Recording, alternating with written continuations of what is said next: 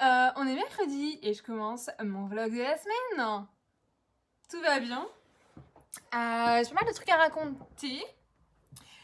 J'ai fini 2 livres.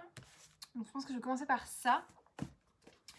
Le premier, ça s'appelle Et d'abord le regard. Je crois que vous en avez déjà parlé dans le précédent vlog. C'est de Laure Giapiconi. Giapiconi. Décidément, je ne sais jamais prononcer les noms, mais c'est pas grave. En fait, elle raconte l'histoire de Mona, qui est une comédienne d'une trentaine d'années, qui en fait décide de devenir stripteaseuse. Donc elle prend un pseudo et elle pousse la porte du cabaret d'Oz à Paris, où elle commence à se produire, à faire des spectacles où elle est seule. J'ai mixé entre seule et effeuillage. Ouais, elle est seule, elle fait du coup des striptease, etc. Il y a aussi des spectacles qu'elle fait en duo avec d'autres stripteaseuses qui travaillent également dans ce cabaret. Elle va raconter un petit peu ce qui s'y passe, d'abord ce qui s'y passe dans les coulisses en fait, qui sont ces femmes, pourquoi est-ce qu'elles ont fait ce choix-là, quel profil ont-elles, quel genre de personnalité ont-elles, qui tient ce cabaret, comment ça fonctionne, comment est-ce qu'on vient travailler là, comment est-ce que ça s'organise, etc. Et elle raconte aussi un petit peu les relations qu'il y a avec les clients, les choses qui se passent lorsqu'elle fait ses spectacles, mais également lorsqu'elle est en salon, c'est-à-dire qu'elle est seule dans un endroit privé avec le client. Voilà, je crois que c'est plutôt résumé. Je pense que je vous ai un peu tout dit au niveau du résumé. Donc je l'ai terminé. Alors moi clairement, tous ces sujets-là, c'est pas forcément les sujets qui m'emballent immédiatement, parce que je sais pas, je sais jamais trop comment me positionner en fait. D'un côté, je trouve ça intéressant d'en savoir plus dans cet univers-là, de l'autre, je sais pas trop quel avis en fait j'ai sur des sujets qui vont aller, voilà, par exemple, en fait, autour du striptease, par exemple, parce que, en fait, comme elle explique dans le bouquin, c'est plein de contradictions.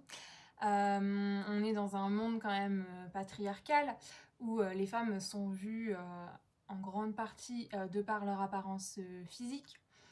Et là, dans ce milieu-là, elles en jouent clairement et en fait, elles vont rentrer dans ces codes-là à 300%, ce qui aura comme effet paradoxalement de leur donner l'impression d'avoir le pouvoir. Donc voilà, je sais pas si vous voyez exactement ce que je veux dire, mais c'est vrai qu'on est dans ces rapports ces rapports-là, et c'est vrai que moi je sais jamais trop comment me positionner par rapport à ça. Et d'un côté, c'est aussi pour ça que j'ai trouvé cette lecture intéressante, parce que elle, c'est ce qu'elle explique en fait, sa façon de voir les choses. Et même si je n'étais pas d'accord avec tout, et j'ai compris. J'ai compris sa façon de voir les choses. J'ai compris comment est-ce qu'elle voyait ce monde-là, comment est-ce que elle, ça l'a aidé dans son cheminement personnel, dans sa vie personnelle. Et du coup, ça, j'ai trouvé voilà, ça intéressant d'avoir vraiment son avis. Et elle explore, hein, comme je vous ai dit justement, ces choses un peu paradoxales comme ça. En gros, quand elle se met dans la peau de ce que la société pense être une femme parfaite, en tout cas la stripteaseuse parfaite plutôt, elle a l'impression, elle, d'avoir un pouvoir en fait par rapport à ça. Et du coup, ça lui fait du bien en fait d'être à fond dans ce stéréotype, parce que ce stéréotype va lui donner des armes qu'elle n'a pas l'impression d'avoir en temps normal. Voilà, c'est vraiment particulier. Après, franchement, c'est pas trop gore quoi. Enfin, là-dessus, ça va. Bon, évidemment, c'est pas à mettre entre toutes les mains, je pense, mais c'est largement lisible. Enfin, voilà, moi j'ai pas eu de soucis par rapport à ça. Donc ça, il n'y a pas de souci. J'ai bien aimé, voilà, la diversité en fait des profils Et je sais pas du tout si c'est inspiré d'une histoire vraie ou pas. Donc je sais pas dire si c'est vraiment ces personnes-là en fait que l'autrice a raconté par exemple, a rencontré par exemple dans sa vie. Donc bon, voilà, ça c'est...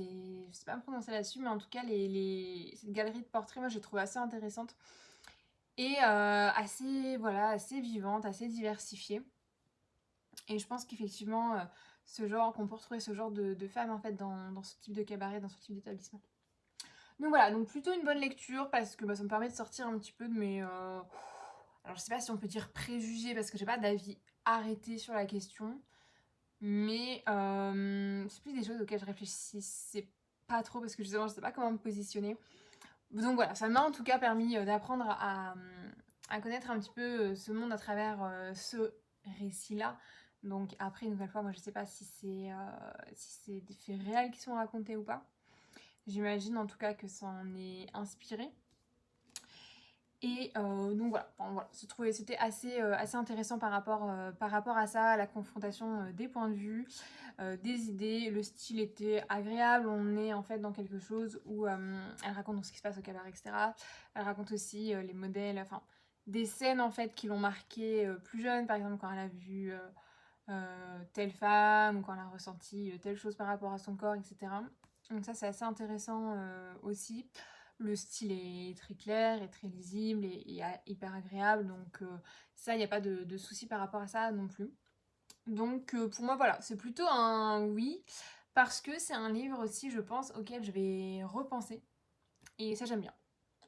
Donc voilà, je vous redonne la ref, et d'abord le regard publié chez Anne Carrière.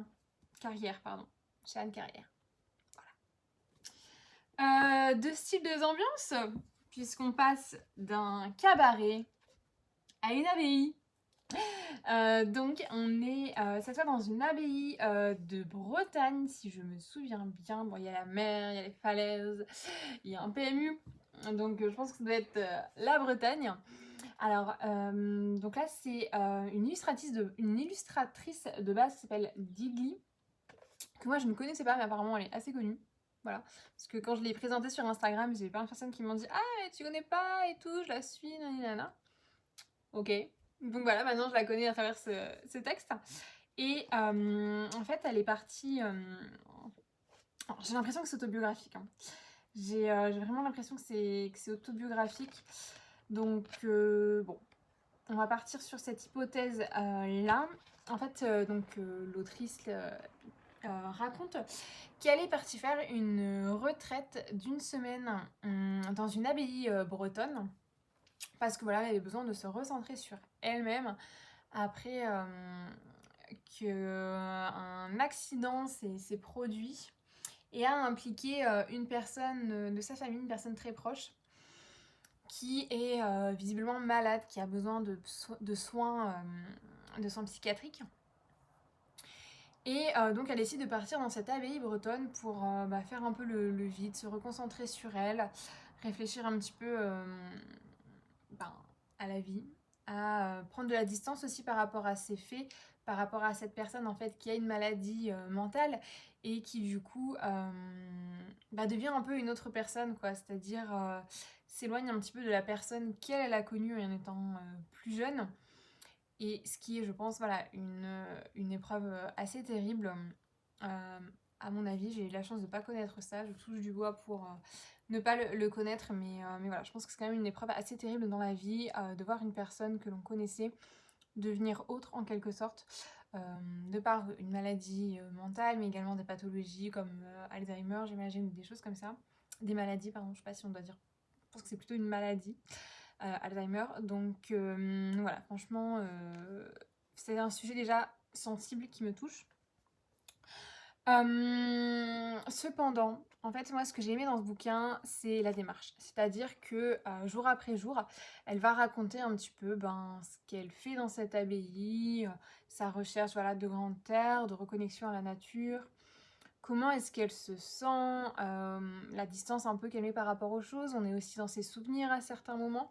Donc voilà, tout ce cheminement-là, j'ai beaucoup aimé. Après, moi, si j'ai acheté ce livre, c'est parce que la démarche me plaisait et que j'en attendais aussi un travail d'introspection assez poussé. Et ça, je l'ai pas tellement eu. Parce que, en fait, j'ai trouvé qu'elle avait... Enfin, après, ça s'est présenté comme ça, j'imagine, mais en fait, elle a fait le choix de l'introspection, mais à travers les autres, quoi. C'est-à-dire que dans cette abbaye, par exemple, elle va échanger avec une sœur. Ils vont échanger, par exemple, par un moment sur... Enfin, en tout cas, elle va penser au fait qu'elle n'a pas de désir d'enfant et qu'elle n'en a jamais eu en voyant cette sœur. Et donc voilà, c'est un peu de l'introspection miroir, je trouve. Je sais pas si c'est un terme, mais moi, je vais l'appeler comme ça. Et elle rencontre également d'autres pensionnaires qui ont la même démarche qu'elle, c'est-à-dire venir s'isoler à un moment donné dans cette abbaye pour voilà, se poser, refaire le point, etc. Et du coup, elle va, par exemple, il y en a une qui est un peu sorcière, voilà, qui croit en la voyance, par exemple, des choses comme ça. Et du coup, elles vont se tirer les cartes, etc. Et du coup, elle parle aussi de ce côté-là, de son petit côté un peu mystique. Mais en fait, moi, ce que j'attendais, c'est vraiment quelque chose comme il peut y avoir dans À la ligne, par exemple. Je sais pas si vous connaissez, de Joseph Pontu. Où là, j'ai trouvé qu'en fait, c'était vachement... Enfin, il y avait une réflexion, là, en l'occurrence, c'était sur le travail et sur sa vie, qui était de plus en plus profonde et de plus en plus intéressante. Et ça, je l'ai pas eu. Après, je veux pas dire que ce livre a été une déception non plus, parce que je l'ai bien aimé. J'ai trouvé le style plutôt pas mal. Mais c'est vrai que j'attendais voilà, ce travail d'introspection. Et malgré la démarche qui m'a beaucoup plu, je ne l'ai pas eu. Donc, si vous voulez, comme moi, lire un livre sur cette démarche-là, foncez. Si vous voulez, comme moi aussi, lire un livre qui soit très tourné introspection, cheminement intellectuel, etc., à voir. Parce qu'il y en a, c'est sûr, je ne vais pas dire qu'il n'y en a pas, mais pas au degré, en tout cas, au degré que j'attendais, malheureusement. Après, c'est quelque chose, c'est toujours le risque, en fait, de partir sur une idée, quoi. C'est-à-dire que quand je l'ai vu dans la librairie, c'était à Paris que je l'ai acheté d'ailleurs, quand j'ai vu dans la librairie, je me suis dit, ah, ça doit être vachement introspectif. Et du coup, en fait, je me suis un peu prise au piège moi-même, quoi, parce que du coup, je me suis attendue à quelque chose d'introspectif, et en fait, ça l'était pas. Donc, c'est toujours le risque de s'attendre à quelque chose et d'essayer de vouloir coller ses attentes sur un texte préexistant.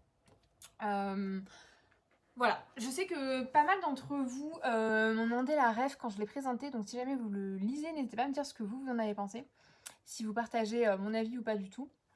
Et en tout cas, j'aimerais beaucoup en reparler avec vous parce que c'est un texte en tout cas assez intriguant.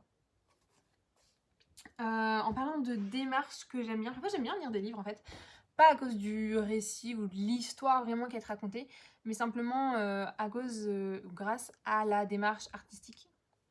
Et c'est ce qui m'a conduit à acheter ce livre. Alors j'ai pas retiré le bandeau, je trouve que la couverture est... Je suis pas fan de la couverture, quoi. Ça fait un peu les tatouages tribales qu'on faisait à la plage quand on avait 12 ans, les petits trucs en perles. Donc je vais remettre le bandeau. Hop, c'est un livre de Leila Slimani, donc si vous me suivez sur Insta ou sur le blog, vous savez que j'aime beaucoup cette autrice. J'adore son style en fait, je trouve ça hyper clair, hyper limpide, assez précis. Ça se lit facilement, enfin je trouve ça abordable et en tout cas abordable et précis en fait. Et assez accessible. Donc voilà, moi c'est une autrice que j'adore, c'est bien compliqué, c'est pas compliqué, tout ce qu'elle écrit, je le lis. Donc c'était sûr qu'à un moment ou un autre, j'allais lire ce texte. Donc quand je l'ai vu en bouquinerie, je me suis dit, let's go, je vais le prendre. Bien que j'ai moins aimé le premier volume de sa trilogie là qu'elle prépare sur... alors je crois que c'est... Je sais même plus le titre. Mais en gros c'est une famille qui part au Maroc. Alors attendez, est-ce que je l'ai là? Slimani. Bam bam bam. H.I. Le pays des autres. C'est ça. Donc voilà, par contre j'ai adoré Chanson douce, j'ai adoré Dans le jardin de l'ogre. J'ai aussi beaucoup aimé, elle a fait une interview avec le 1 dans laquelle elle parle de son rapport à l'écriture, etc. Et ça j'aime beaucoup. Elle a aussi fait un podcast pour le magazine Elle, je crois que c'est Une nuit en librairie. Et pareil, j'aime beaucoup, j'ai beaucoup aimé sa réflexion en fait autour de la littérature et le travail d'écrivain. Fermons la parenthèse. Donc voilà, donc c'était sûr que j'allais lire ce livre parce que en fait ce livre, si vous ne le savez pas, c'est une commande C'est dans cette collection, en fait, d'après ce que j'ai compris, on va demander aux auteurs de se rendre, de passer une nuit en fait dans un musée et d'en faire un texte. Voilà. Donc, clairement, j'achèterai pas ça pour tous les auteurs, je pense juste pour ceux que j'aime.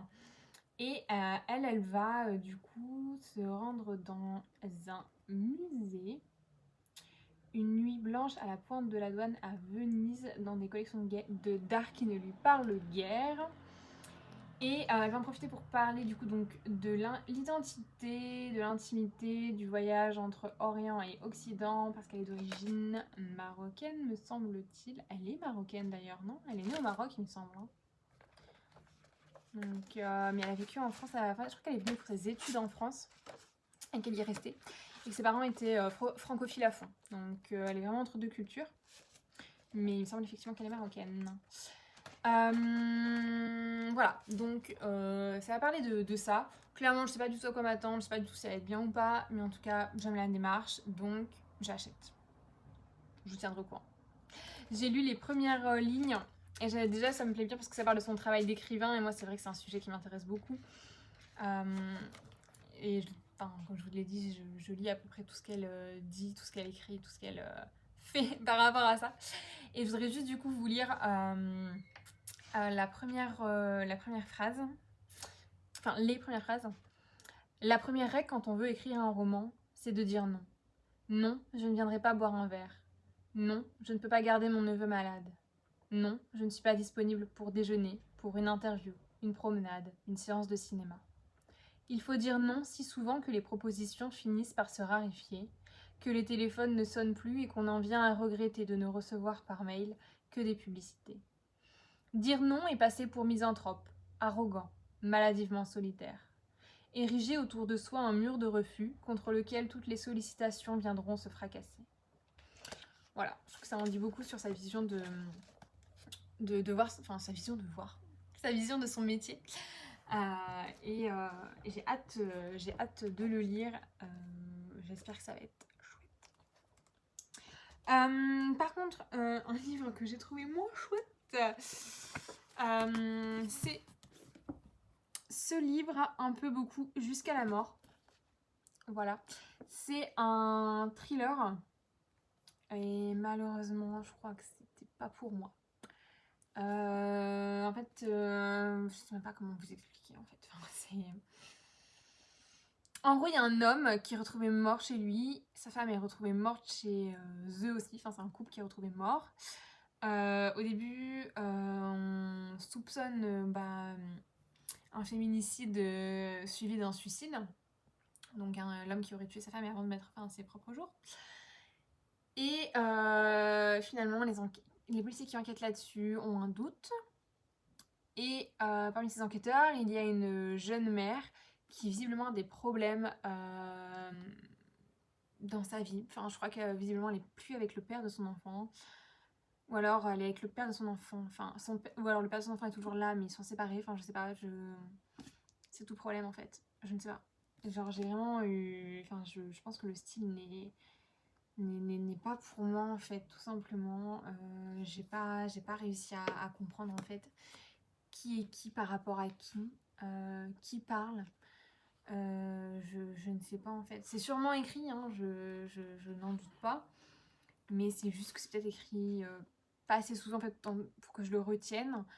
Peut-être avec des typos qui sont pas assez différents pour que je les retienne. Enfin, en fait, alors déjà, le premier chapitre, il est du point de vue du meurtrier, je crois. Donc on raconte la scène du meurtre. Après, on parle de l'enquêtrice. Après, on parle d'un policier qui est mort auparavant. Et on fait sans arrêt des références à ce policier, mais que je ne connais pas. En fait, j'ai l'impression que c'est une suite, en fait. Et du coup, pour bien comprendre, je pense qu'il fallait lire le premier. Je pense. Voilà, alors je vois qu'elle a écrit 2 romans, cette autrice, Ne la réveillez pas, et après, Si je serais grande. Si je serais grande, hein, voilà. Je précise bien. Du coup, voilà, peut-être que c'est une suite par rapport à ces 2 romans-là. Je ne sais pas. Et enfin, voilà, et parfois on a des passages aussi qui sont écrits où on suit l'enquêtrice, et parfois on a des passages où est-ce que je crois l'enquêtrice écrit dans son journal. Et parfois on a des passages où je crois que c'est une autre personne en fait qui parle. Et qui parle de son père. Mais je sais pas si c'est l'enquêtrice ou si c'est une autre personne. Enfin, j'ai pas compris. Donc je suis désolée. Franchement ça me fait toujours mal de pas comprendre en fait, de passer à côté d'un bouquin parce que enfin, je sais que l'autrice y a passé du temps forcément, il a mis son cœur, il a mis ses tripes et qu'il plaira à d'autres. C'est juste que bon, pour moi ça fonctionne pas. Mais voilà, enfin, je sais qu'il a plu à d'autres puisque si je l'ai acheté c'est que quelqu'un me l'a recommandé tout simplement. Puisque ça fait pas partie des styles que je lis d'habitude donc voilà, donc voilà, je suis désolée, pour moi ça n'a pas fonctionné, je vais pas pouvoir réussir à vous conseiller ce livre. Mais n'hésitez pas à aller chercher le hashtag peut-être du titre sur Instagram pour voir différents avis. Ou à taper ça dans Babelio ou lecteur.com ou même YouTube pour avoir d'autres avis parce que bon, j'espère que... Enfin voilà, je pense que d'autres personnes l'ont aimé et pourront vous en parler avec passion.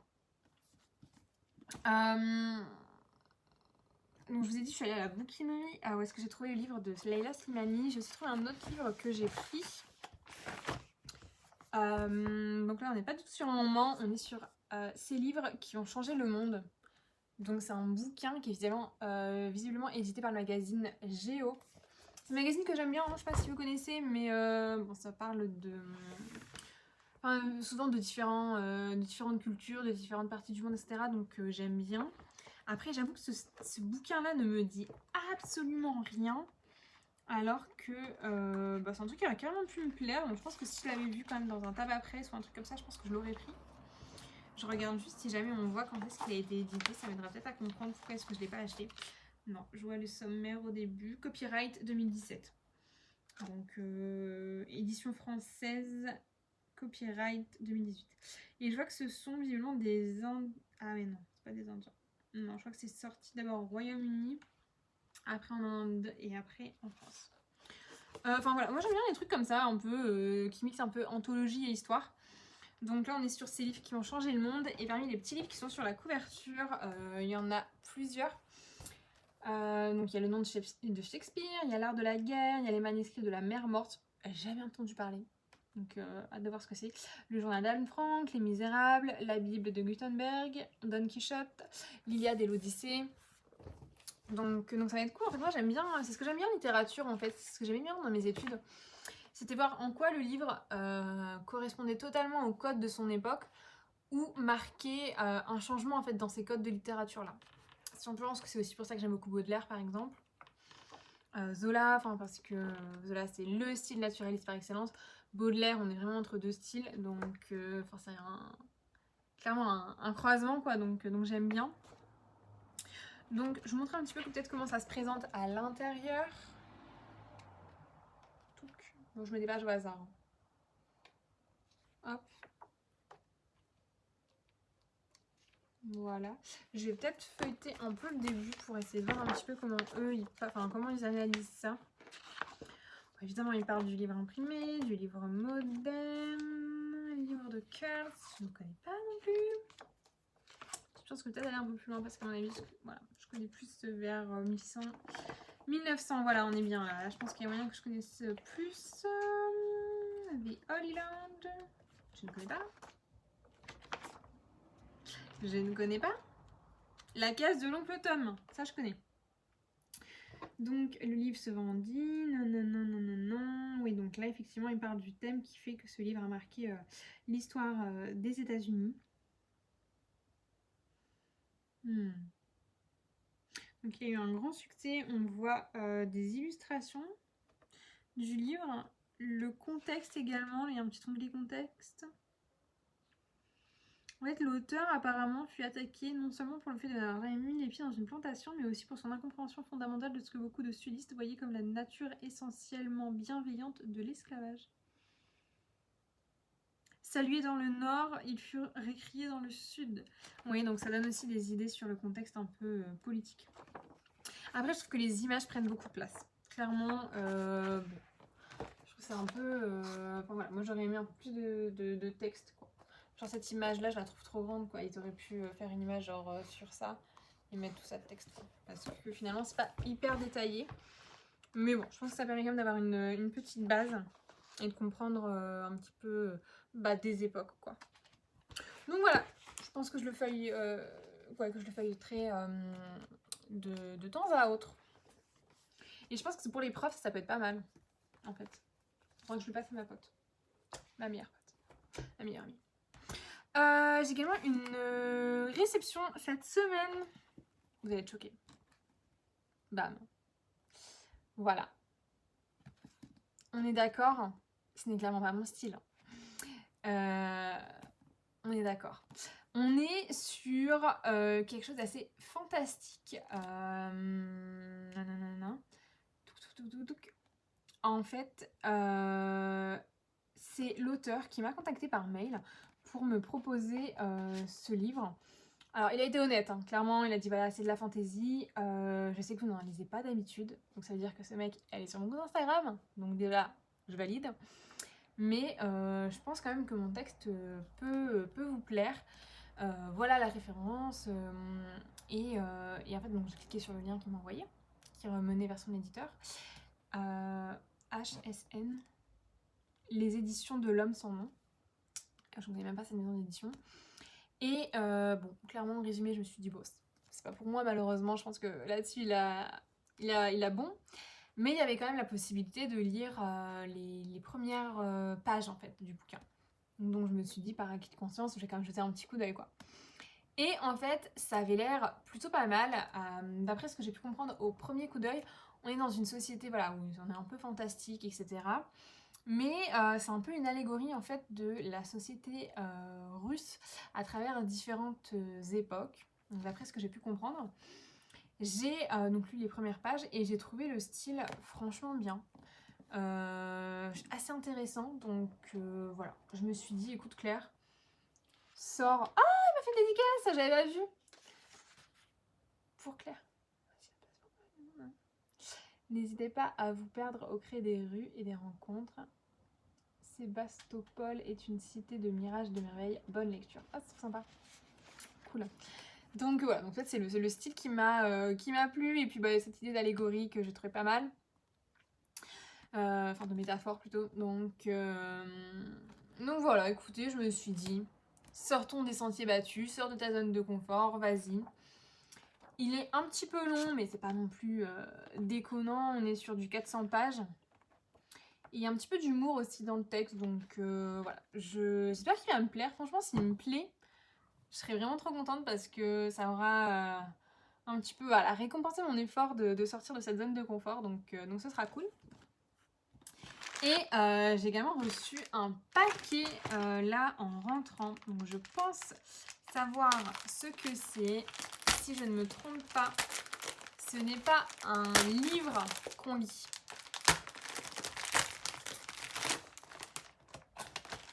Hop. Et je ne me trompe pas. Bonjour Claire, voici le carnet, j'espère qu'il vous plaira et que vous aurez envie de le présenter à votre communauté. Eh bien écoutez, c'est ce que je vais faire maintenant. Puisque c'est un truc donc qu'on m'a envoyé, on m'a proposé de le recevoir et j'ai dit oui parce que c'est quelque chose qui peut vraiment beaucoup aider. Il y a une odeur particulière. En fait, on est sur un carnet pour un roman. Donc, de l'inspiration à la publication, trouvez votre sujet, écrivez avec méthode, célébrez votre succès. C'est un livre du coup, qui a été édité par 23h59 éditions et Novice. Alors j'avoue que Novice, je ne connais pas la première maison d'édition, je la connais de nom malheureusement, je crois que j'ai pas grand chose chez eux. Je sais pas s'ils éditent que des carnets ou des livres, mais j'ai déjà vu le nom passer en tout cas, donc il faudrait que je me renseigne. Et donc en fait on est sur un carnet qui est là en fait pour nous aider à écrire son roman. Et alors moi je sais pas si vous avez déjà fait attention à ça, mais sur Instagram parfois je vous dis que j'aimerais bien en écrire un, voilà, pour le challenge, parce que ça me paraît être un truc insurmontable, mais d'un côté qui me fait tellement envie. Genre le soir quand j'ai tout fait sauf écrire, je me dis encore une journée de perdue quoi, où est-ce que j'aurais pu m'y mettre, où est-ce que j'aurais pu commencer quelque chose, etc. Mais en fait moi je suis quelqu'un qui est trop scolaire en fait. Comme la tâche me paraît tellement grande, ça me paraît être une si grande montagne. Je sais pas trop par où commencer en fait. Et j'ai besoin de quelqu'un qui me dise, ok, admettons, chaque semaine tu vas me rendre 10 pages de ton truc. Et il y a bien un jour, est-ce que du coup tu l'auras fini ou est-ce que tu auras avancé quoi. Donc voilà, je pense que ça peut clairement m'aider. Alors je vous le montre un petit peu. Là on est sur timeline de mon roman. Placez sur cette timeline les grandes étapes de votre livre, les dates importantes et les interactions entre les personnages pour vérifier que tout cela reste cohérent. Ah génial. Le papier est un peu épais en plus, donc ça je pense qu'on peut noter au crayon gris. Nord-Pas-de-Calais Forever. Crayon de bois pour le reste du monde. Et là on a un master planning de mon roman. Ok, alors donc ça c'est la timeline. Franchement j'adore. Les couleurs sont trop jolies, c'est un vieux rose et un vert olive.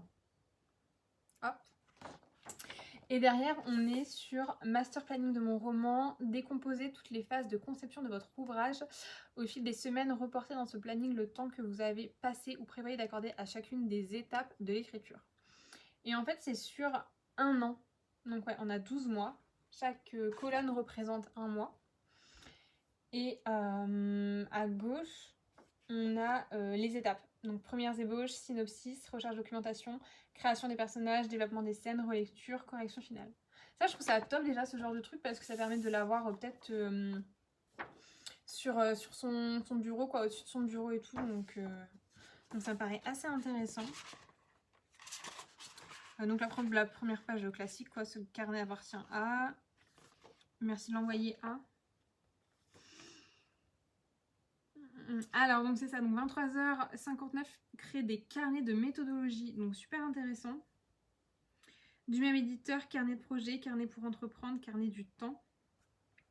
Et Novice est une maison d'édition indépendante. D'accord, ok. Et en parallèle, qui publie des essais sur la littérature. D'accord, ok, ça marche. Du même auteur. Ok. Ça marche. Alors, oula. Ah, c'est assez marrant. Je l'ai pas capté tout de suite, mais en fait, ça, c'est le... Attendez, je vous montre. C'est le sommaire.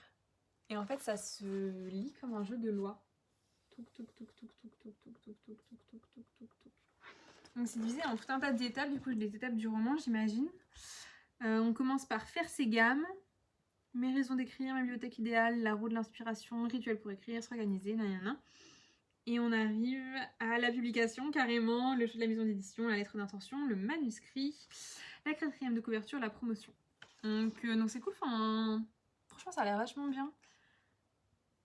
Il faut vivre pour écrire et non pas écrire pour vivre. Le papier bon marché est moins périssable que la matière grise. Ok, donc on est vraiment sur une typo assez sympa. Donc je feuillette en même temps, hein. Donc là on est sur le top 5 des raisons d'écrire. Je vais peut-être me mettre comme ça, ce sera plus simple pour vous, comme ça vous verrez le carnet en même temps que moi. Hop, je vais vous mettre à côté de moi, comme ça vous allez pouvoir voir le carnet en même temps que moi.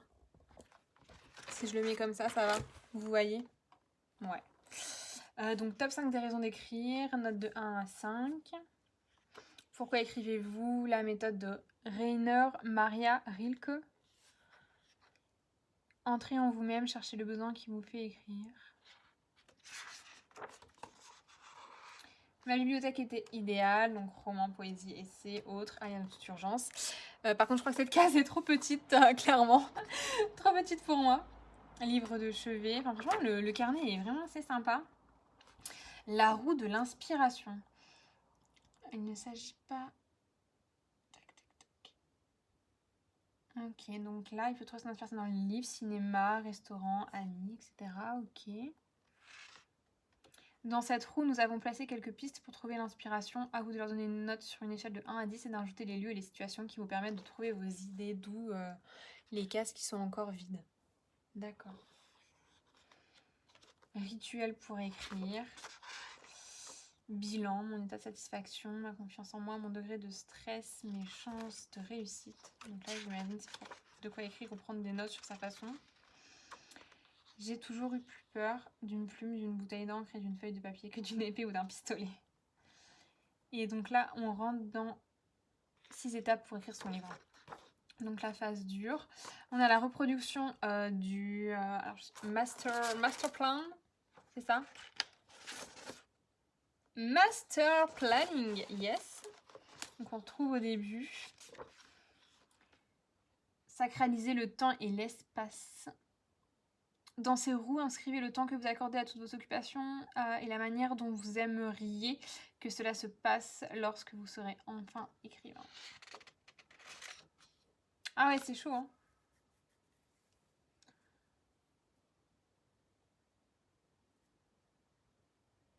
Franz Kafka qui écrivait de minuit à 6h du mat. Pas sûr que c'est cohérent avec mon planning et mon boulot, mais bon voilà. Donc ça c'est pas mal, hein, ce que vous réserve la vie d'écrivain, pourcentage d'acceptabilité, ça permet voilà, de prendre... Enfin de... C'est comme disait Leila Slimani en fait, d'apprendre à dire non. Une journée devant soi, donc là ça vous dit un petit peu ce qu'on peut faire selon son inspiration ou pas. Ouais, franchement il est super ce carnet, enfin il a vraiment l'air chouette, j'aime beaucoup l'édition en plus. Oh, ah ça j'adore! 365 jours devant vous, tel Robinson taillant son tronc d'arbre en guise de calendrier. Inscrivez à coups de stylo ou de stabilo chacune de vos journées consacrées à la conception de votre chef-d'œuvre. Soyez généreux tant que cela vient nourrir votre réflexion. Les lectures des romans comme les visites de musées comptent autant que le temps passé de votre bureau. Ça c'est génial. Donc, ça veut dire qu'on peut colorier chaque case lorsqu'on a travaillé à son bouquin, quoi. Ça j'aime beaucoup. Moi j'ai besoin de trucs visuels comme ça qui me permettent de me dire c'est con, mais si j'ai toute une ligne complète, je vais me sentir obligée en fait de continuer pour pas laisser un blanc dans ma ligne, quoi. Trouver son sujet. Donc là, il y a différentes idées principales, idées secondaires. C'est pas mal ça pour organiser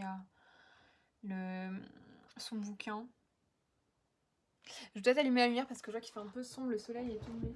Enfin, le soleil s'est couché plutôt. C'est une laine, hein, donc ça va chauffer. Ok, d'accord. Bah écoutez, franchement, ça a l'air cool. La description, donc lieu, détails particuliers, émotion, situation initiale, mon état de satisfaction, ma confiance en moi. Là, c'est des fiches personnages. Super.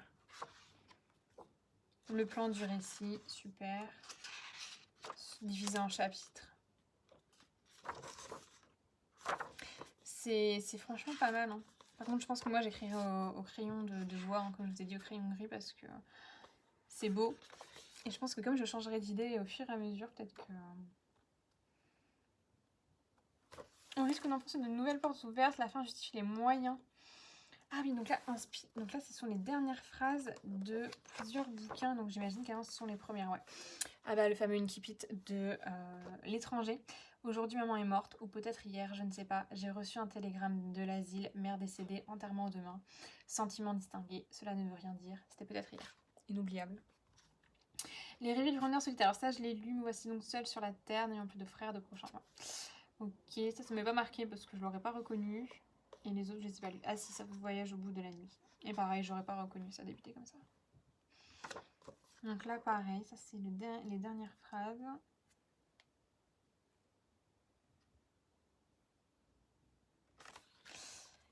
Il y a des livres que leur seul titre suffit à rendre nécessaire. Ah, ça c'est pour trouver, j'imagine, le titre.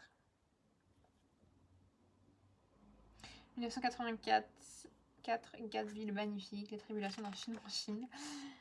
20 milieux sous les mers, guerre épée, les cerfs-volants de Kaboul. Waouh! Avant de choisir la bête humaine, Zola a hésité entre 128 pistes.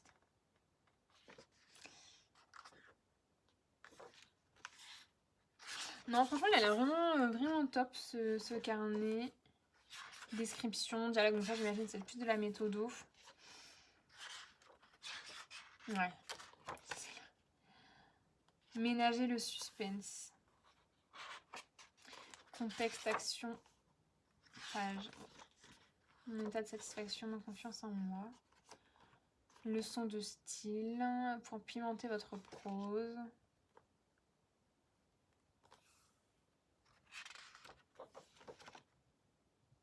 La checklist de la relecture, ok, donc ça permet de faire des plans selon...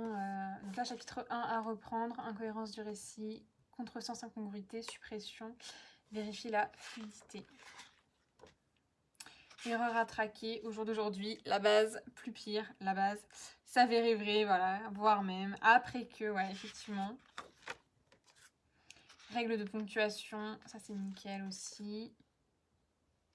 Tailler, ah bah ça va, ça fait mal, mais c'est nécessaire, il paraît-il. Comparaître devant un tribunal hostile. Jetez votre manuscrit en pâture à vos proches. Voilà, qui promet de bons moments.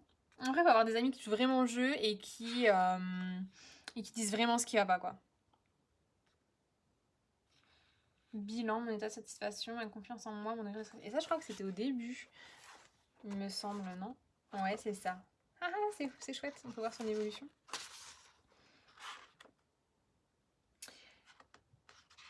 Faire ses gammes, la publication. Donc là, on passe à la publication. Je pense qu'une fois qu'on arrive à cette étape, on a quand même fait une grosse partie du boulot, quoi.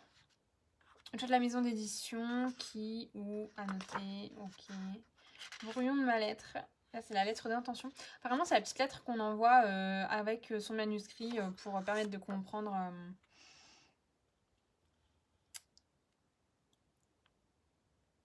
Tac, tac, tac.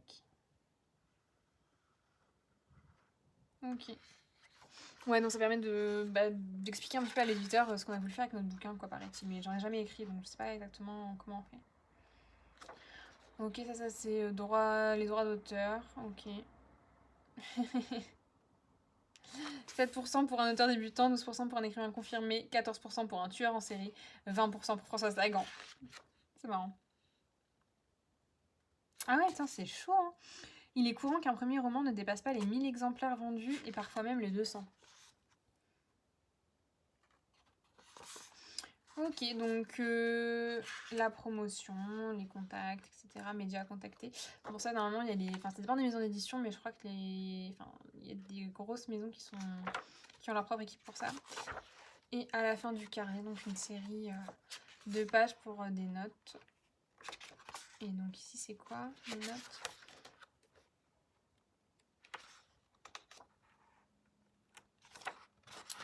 Et donc, ouais, ici, ok, ce sont des références à des titres qui sont, j'imagine, évoqués dans le bouquin. Ok, ça marche. Bon, bah écoutez, waouh, ça donne envie de se lancer, franchement. Faudrait que je trouve la foi et que je le fasse, à partir du 1er août. Parce que je suis en vacances. Donc, ce sera plus facile pour moi. Mais en tout cas, ouais, c'est un bouquin qui a l'air trop génial, quoi. Je valide. Souhaitez-moi la force de l'utiliser. Ça m'agace parce que je sens que ça va me rester en tête cette histoire du coup. Et j'ai trop peur de le commencer et de pas aller jusqu'au bout en fait. Bon, faut que je me motive. Je vais méditer là-dessus, vous laisser tranquille, retourner à vos occupations. Et on se retrouve demain, après-demain, ce week-end. Who knows? Bonne soirée! Hello, j'espère que vous allez bien. On se retrouve en ce samedi fin d'après-midi. Je voulais vous parler de deux choses. La première chose, c'est que j'ai terminé Le parfum des fleurs la nuit de Leila Slimani. Et en fait, je suis assez contente de l'avoir lu du coup après Ressac de Digli, puisque je trouve qu'on est dans une démarche qui se ressemble un petit peu, quoi. Enfin, c'est dans les deux cas dans un endroit spécifique qui tend à la réflexion, à l'introspection, etc. Et ça a été réalisé de manière assez différente, je trouve. Et pour le coup, c'est vrai que moi, je me rapproche davantage en termes d'attente et en termes d'envie du texte de Leila Slimani que du texte de Digli. Mais j'imagine que pour d'autres, ce sera l'inverse. Enfin, il n'y a pas de vérité absolue, quoi. C'est vraiment un avis personnel. Et en fait, donc, dans le bouquin, donc, comme je vous avais expliqué, elle est enfermée pendant une nuit dans un musée d'art contemporain à Venise. Et En fait, elle va profiter de ça pour d'abord expliquer un petit peu comment elle se voit en tant qu'écrivaine, en tant que femme qui a été baignée entre deux cultures, et également en tant que fille d'un père qui n'est plus là. Et les œuvres d'art vont vraiment, et l'expérience qu'elle vit, vont vraiment servir de prétexte à cette introspection-là et à ces questions-là. Et moi voilà, c'est quelque chose en tout cas que j'ai beaucoup aimé. J'ai bien aimé voilà, les sujets en fait sur lesquels elle va réfléchir. Ça me plaît aussi. Comme je vous avais dit, moi j'adore tout ce que comment Leila Slimani en fait voit le métier d'écrivain, donc forcément ça m'intéresse. Les idées d'identité, que ce soit par rapport aux cultures dans lesquelles on peut être baigné ou par rapport à sa famille aussi, ça m'intéresse. Donc voilà, franchement une bonne lecture. Je vous en dis pas plus parce que voilà, le livre est assez court, il fait 150 pages. Et puis voilà, je pense qu'une fois qu'on a dit en fait quelle était l'expérience menée, on en a beaucoup dit, il suffit de lire ensuite pour se faire son avis. Donc voilà, très bonne lecture que j'ai vraiment lu assez rapidement, je pense en 2 heures c'était fait. Donc voilà. Pas mon préféré de Leila Slimani qui pour moi reste chanson douce, voilà, je fais partie de ceux qui ont adoré chanson douce. Mais voilà, franchement il se classe bien on va dire. Je l'ai préféré à son dernier livre je pense. Mais je ne suis pas sûre, Le Pays des Autres. Du coup, je suis également allée en bouquinerie hier et j'en suis ressortie avec un livre, surprenant n'est-ce pas? Et c'est un livre de Cécile Coulon, Une bête au paradis qui est sorti il me semble l'année dernière. Putain, je vois Cécile Coulon est née en 90, je suis née en 93, elle a une vie malade, j'ai une vie différente. En tout cas, tout ce qui concerne l'écriture et la littérature. Mais bon, passons.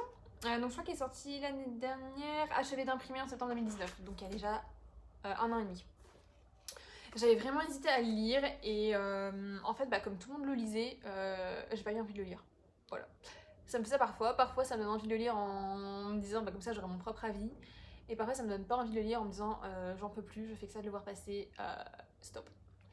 Et d'autant plus que sur celui-là, j'avais lu des avis assez mitigés. Donc je m'étais dit, jamais lu Cécile Coulon, c'est peut-être pas par celui-là qu'il faut commencer.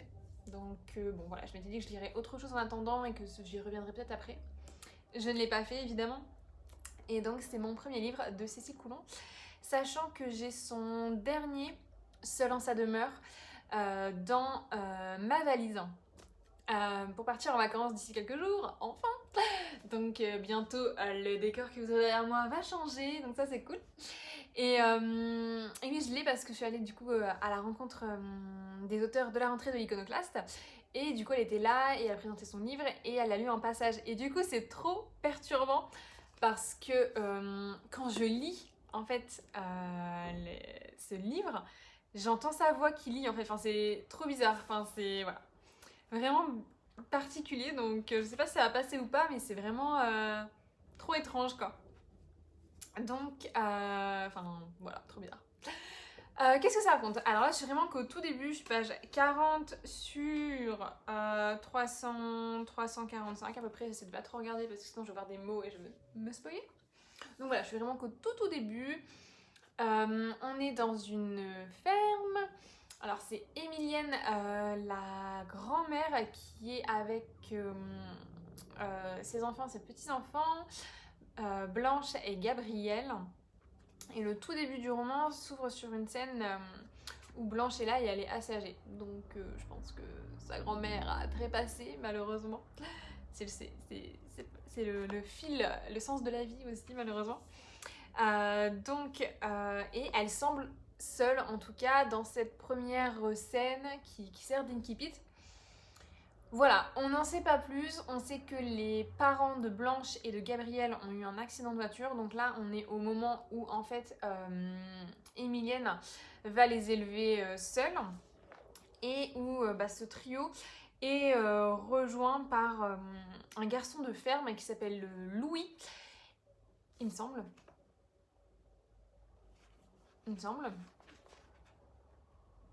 Ouais, je pense que c'est ça, je pense que c'est Louis. Bon, un garçon de ferme, en tout cas. Ah, attendez, il y a une punchline, ouais, c'est ça, c'est Louis. Un garçon donc de ferme qui était maltraité dans sa famille et qui donc a rejoint qui s'est installé à la ferme où est-ce qu'il avait commencé donc à travailler. Voilà. Alors je sais que ce bouquin est au sujet en gros de la séparation en fait entre Blanche et son premier amour qui s'appelle Alexandre et qu'en gros Alexandre va quitter l'endroit où Blanche vit, donc j'imagine que vous avez du même bled ou un truc comme ça. Du même village, pardon. Donc l'endroit où vit donc Blanche et où ils se sont vraisemblablement rencontrés. Je suis pas encore à ce point-là, donc je peux pas l'affirmer, mais le quatrième me laisse penser que. Et en fait, ils vont se séparer parce que Alexandre va vouloir réussir. Et sa définition de la réussite à lui, c'est d'aller en ville et j'imagine d'être quelqu'un, quoi. Voilà. Dévoré par son ambition, est-il indiqué. Donc voilà, pour le moment j'adore le style, c'est un style, alors c'est pas brut dans le sens où c'est travaillé, mais c'est, je sais pas comment dire, enfin c'est un peu, ça prend pas trop de pincettes j'ai l'impression, mais d'un côté il y a des hyper belles images qui sont forcément le fruit d'une réflexion de ouf. Je crois qu'à un moment elle parle des vaches qui regardaient Louis et qui, je cite, ruminaient leur dédain. Enfin voilà, je trouve que c'est une image en fait, qui veut tout dire et qui correspond tellement en fait. Enfin, c'est ça qui est beau en littérature, c'est parfois il y a des images inédites comme ça et en fait qui correspondent exactement à la scène ou au moment de vie ou au sentiment qu'on peut avoir ou qu'on peut voir à un moment. Donc je trouve ça vraiment dingue. Et ça me fait vachement penser au livre type Balzac. Et c'est marrant parce que dans le passage qu'elle avait lu de son dernier livre, j'avais aussi eu cette réflexion en me disant que c'était quelque chose, voilà, enfin, de la campagne un peu à l'état brut. Et c'est absolument pas péjoratif quand je dis ça, puisque je viens moi-même de la campagne et j'aspire à y retourner. Donc voilà, enfin, mais vraiment quelque chose, je sais pas comment expliquer, d'à la fois brut et noble en même temps, quoi, enfin, de digne en fait, je sais pas vraiment comment expliquer, mais en tout cas, c'est un sentiment, on peut dire, c'est quelque chose que j'aime bien. Ce style d'écriture-là, moi je l'aime bien. Et, euh, et du coup, je suis trop contente de lire ça, mais j'ai peur de trop m'enthousiasmer parce que je suis qu'à la page 40, comme je vous ai dit. Donc j'ai peur de trop m'enthousiasmer et d'être déçue par la suite. D'autant plus que dans les avis que j'ai lus, il y en avait beaucoup qui étaient déçus par la fin, pour le coup. Donc voilà, mais en tout cas, j'adore le style c'est vraiment le genre de truc qui me plaît. C'est minutieux, c'est précis, mais d'un côté, c'est pas, il n'y a pas d'arabesque non plus, quoi. C'est précis, mais parce que c'est essentiel en fait pour comprendre la scène, pour être dans le truc en fait. C'est vraiment voilà, une écriture pour laquelle que j'aime beaucoup. Je peux pas encore dire que j'ai un coup de cœur parce que je n'ai lu que 40 pages, mais que j'aime beaucoup et j'espère que vraiment la suite sera à la hauteur et que je vais autant aimer ce livre que j'aime ces premières pages. Je pense que je vais lire, je vais continuer à lire dès maintenant. Et puis comme ça, je pourrais vous en parler, je pense, soit demain sur Insta, soit peut-être lundi ou mardi à travers le vlog. Du coup, j'aurais vlogué que 2 fois cette semaine, donc bon, je pense que ça va pas trop se ressentir parce que j'ai pas mal papoté, donc ça va quand même faire un vlog assez long. Mais finalement, on n'aura pas vraiment eu de suivi au fil des jours, mais bon. Après, mon rythme de travail fait que je ne peux pas je peux pas voilà, être aussi présente que je l'aimerais, mais c'est pas grave, c'est la vie. Le travail passe avant et c'est normal. Donc voilà, écoutez, je vous dis à la semaine prochaine. Et puis n'hésitez pas à me dire en commentaire les livres si vous en avez lu de Cécile Coulon que vous avez aimé, parce que je sens que je suis à 2 doigts de partir en passion pour cette autrice, quoi. Donc, enfin, de développer une passion prédatrice, quoi. Donc, si jamais vous avez lu certains de ces livres qui ont été des coups de cœur ou des super bonnes lectures, n'hésitez pas à me le mettre en commentaire. Je vous dis un bon dimanche et à la semaine prochaine.